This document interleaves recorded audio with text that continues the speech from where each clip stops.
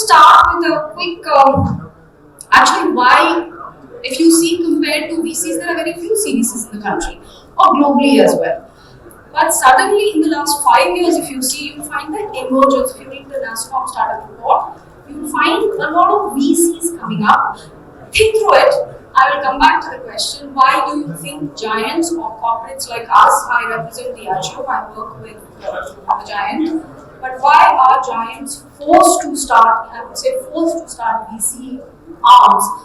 And given the fact that traditionally for us, startups are risky, they are too small in their size, probably we don't understand them, we don't know how to scale with them, and it's a problem on our side on how to engage with them. So I'll give you a reason why, just a couple of slides. I don't like slides myself, so I try and keep it video and images.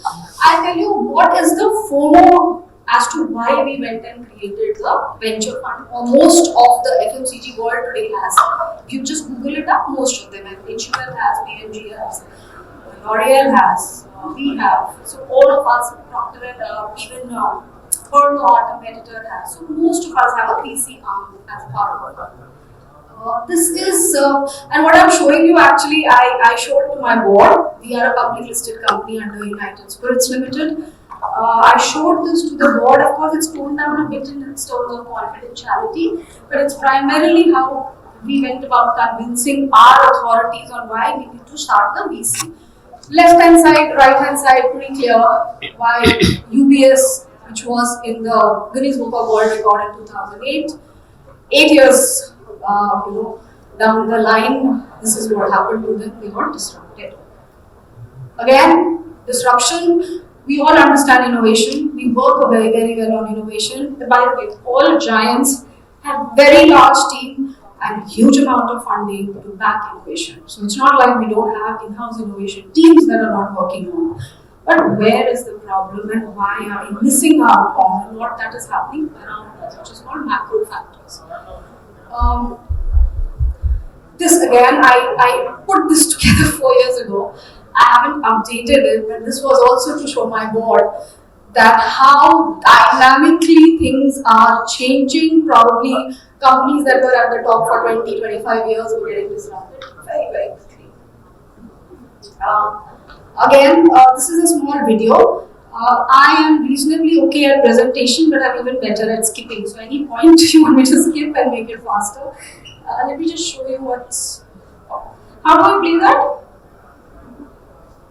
Look, it's skipping. If I press, see it's skipping. How is a small young?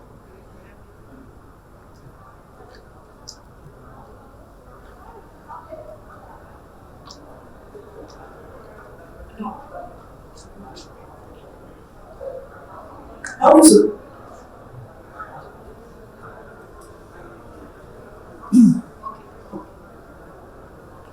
How is a small young company beat an industry giant on its own That's turf? not the one. It's the one before. Through what Harvard Business School professor Clayton?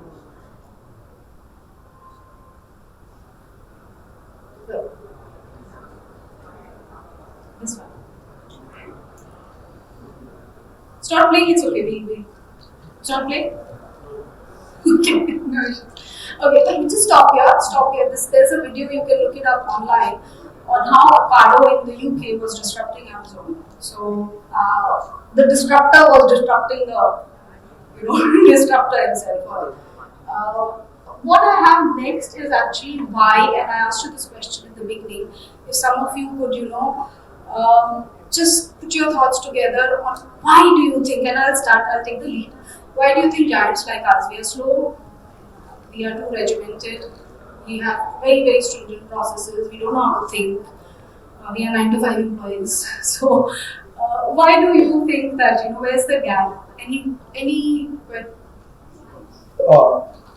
I think there's a lot of diplomacy that is involved in anything that has to happen has to go to a board, you need approval, there's 100 levels. But when it comes to a startup, I believe it's just quite easy to get things done because the diplomacy it's like small. There isn't one. Yes, so that might be a reason. Could be just a build or buy decision. If there is somebody already doing something that you are interested in, rather than building it in-house, which might take a lot more time to go to market and effort, you can just buy somebody who's already doing it. Absolutely, absolutely. All the right answers and many more. In fact, the next video is a short video about, I don't know how many of you have heard of Clayton Christensen. Sandy's heard. He was rated as the early 21st century's greatest thinker, and giants like us or corporates need to be very, very grateful to him on where his research showed why we were missing out on all the disruption or innovation around us, which gave us a huge amount of FOMO actually. So this is just a quick 1 minute on what his theory. It's a sum up of his theory. Again, great. How does a small, young company beat an industry giant on its own turf? Through what Harvard Business School professor Clayton Christensen calls disruptive innovation. It works like this. Big players focus on sustaining innovation, upgrading existing products and services to attract higher-paying customers. But soon, they start to ignore all the regular customers who just want simple, low-cost alternatives. That's where the entrepreneurial company jumps in with that basic offering. The big guys stay focused on more profitable customers and begin to overserve, adding bells and whistles no one wants to pay for. Meanwhile, the disruptor improves its product to appeal to more people. By the time the incumbent notices, the disruptor has already started to take over the market. The classic example is the steel mini mills, which first produced low-quality rebar, then moved to sheet steel, stealing business from the large mills that had been dominant. More recent disruptors include car makers like Toyota and Hyundai, which launched with economy models that added luxury features and brands. The only way for industry giants to fight back is by launching their own disruptive innovations. To succeed, they must treat the project as a separate unit with a different business model and growth expectations. Ask what job do customers need to get done? Segment customers by job, not by product, market size, or demographics. And develop basic, low-cost ways to get the job done. That's how Procter & Gamble came up with pressed white strips, a cheap do-it-yourself alternative to an expensive dental service. Disruptive innovation creates new markets and reshapes existing ones. To achieve growth in a fast-changing world, you want to be a disruptor. Don't be disruptive. So, and if you need to read Disruptive Innovation, it's his most popular book. He's written a lot of books, but that's his book. It's very small, by the way, pocket size book. If you wish to read, you should read it. This is why I hope it's clear by now. If not, then happy to take questions. This is why this led to the emergence of CBCs. And this is why we are here to tap into the innovation happening around us, which is faster, as he said. It's more agile, and it is not only faster in its from prototyping to hitting the market, it's faster in its growth as well. So all giants grow approximately at 9, 12, 13 in our teens. We grow in our teens year on year. But if you see the investments we make, they grow as much as 200, 300. I've seen 1200% year on year. So that's a big, big chunk for us as well. So this is formed as the future engine arm of the organization. What Clayton said, it needs to be kept separate from the rest of the organization. I call myself BAU, which is business as unusual. So we are shielded by the organization and we are kept slightly outside the organization. We don't go and sit inside it as a structure. What do we bring to the table? I'll talk about CVCs, and I don't want to talk about VCs because I'm not on that side of the table. So, and honestly, I don't want to get shot twice over by VCs sitting here because there are a lot of differences between us. What we offer to our investee companies or our portfolio companies is way more than money. If you actually add up the value of services like for us, we open our manufacturing houses to them. We give them a lot of advisory services on go-to-market because we are masters of capturing distribution networks. We have very, very wide and deep distribution networks. So we give them that support services. They get stuck with government policies. We give them that support services. I'll be honest, not 9 out of 10, 10 out of 10. I don't know how to manage their financials. So our finance team jumps in to even help them prepare a good business model, which has more stability in its entire construct, and is more scientific in its approach compared to most of the founders are artists and they don't understand. I don't know how many of you understand finance here from all the entrepreneurs. If you understand, great too. Most entrepreneurs don't get finance. So we give them a lot more. So if you see the value of services we give, it will always outweigh the money that we pump into these businesses. No ticking clock, it's there because, well, I think, what's the average VC would look at? 5 to 6 years? 8 years. Sorry? 8 years. 8 years. When I make my returns, it's a 25-year horizon that I'm calculating IRR and then So we are very patient capital. We understand that to build, but the goal is to build an iconic brand. It's not to just build a brand that is profitable. We are looking at legacy iconic brands. So our horizon, and we are very patient, is much longer than an average VC. Muscle versus money, which I spoke about, our distribution might or our reach in the market is very, very wide. So most of us would have opened it to our investing companies. Impact versus IRR, I spoke about it. We are looking at a company that creates value in terms of a great legacy brand. We all own legacy brands, like our most iconic legacy brand is worth, that one brand is worth more than entire companies today. But it's a 206-year-old brand. So we believe in building brands that create impact and not only IRR. In fact, if you hear our CEO, his classic statement is, we are not in it for money, we are not in it for money.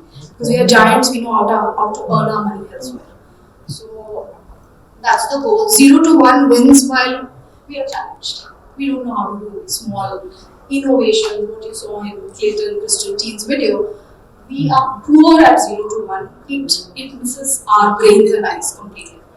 But where we are good at, 1 to 100, that's where our focus is. So 0 to 1 is something that startups or these small companies bring, and then 1 to 100 is somewhere that we scale them on. That's where our focus is.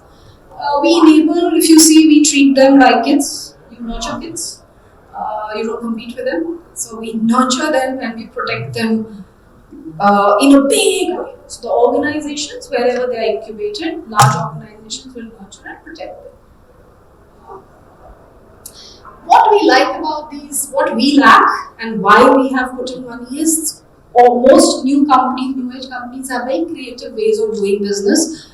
In fact, unfortunately, the founder is more Zappos. When Zappos was acquired by Amazon, the main reason it was acquired was that if that was the impact that was created in a $25 billion business when it was acquired, then they thought the same practices could be applied on Amazon and create a much larger impact. In fact, even for us, we acquired a brand 10 years ago, it was 120 million. Today it's a 2.6 billion brand.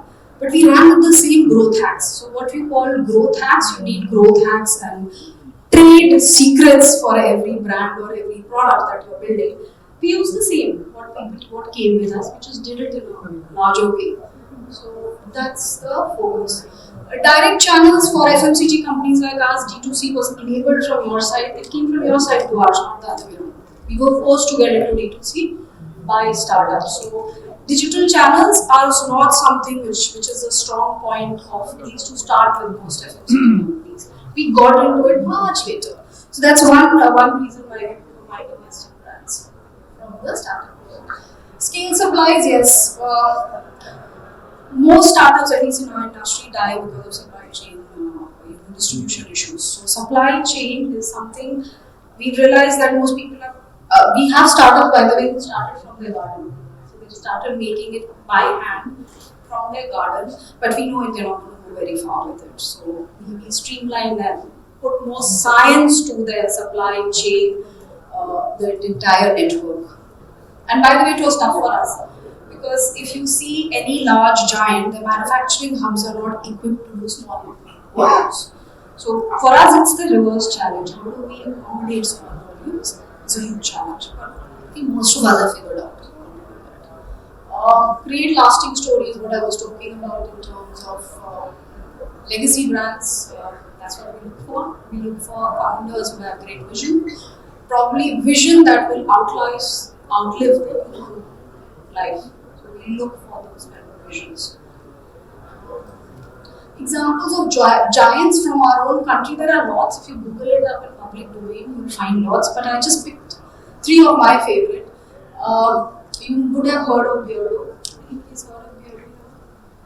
It got acquired by Marico. 2017, they took some 30%, and then 24 they acquired the company. This was a missing line. Another thing is all the investments we make have to support the mothership. So ideally, like this is a line of product line that adds to their core. You don't ideally do something that's completely antithesis to your core offering. This was an absolutely, by the way, white space. What we call white space. This was a white space for Marico. And even that's what we do. We enter through the minority investment and we keep these companies outside the organization. That's because our compliance needs are very high. Marico, HUL, us, we are all public listed. We don't want to pull them down and slow them down with it. So we will always protect their independence, and then much later comes the integration part of it. This again made a lot of news, one of my favorites. Brilliant brand. Again, HUL acquired it recently. They've acquired a bunch of them. White space with all the line of offerings they have. This was an absolute white space. Fits in there. Strengthens their category play. Their category play has been strengthened by acquiring. They entered again through minority and they finally acquired it. This I can talk about more easily because this is my baby. We acquired around 20% in 22, 23 we went up to 30. Then June this year we acquired 100% with all the products that we have. This by the way was 4 times our. We are very proud of our strength, but as a startup, their numbers were 4 times ours. So we finally acquired them, but we entered through the minority, and then we finally brought them on board. Now they sit as our portfolio of brands. I'll make it quick, just a quick one. While investors look for exit, CVCs like us look for entry. And we will be betting on the next 20 years, as I was saying. My NPVs and IRRs are calculated over 25 years. And build legacy brands. So that's the core. I will stop it here. I hope I have given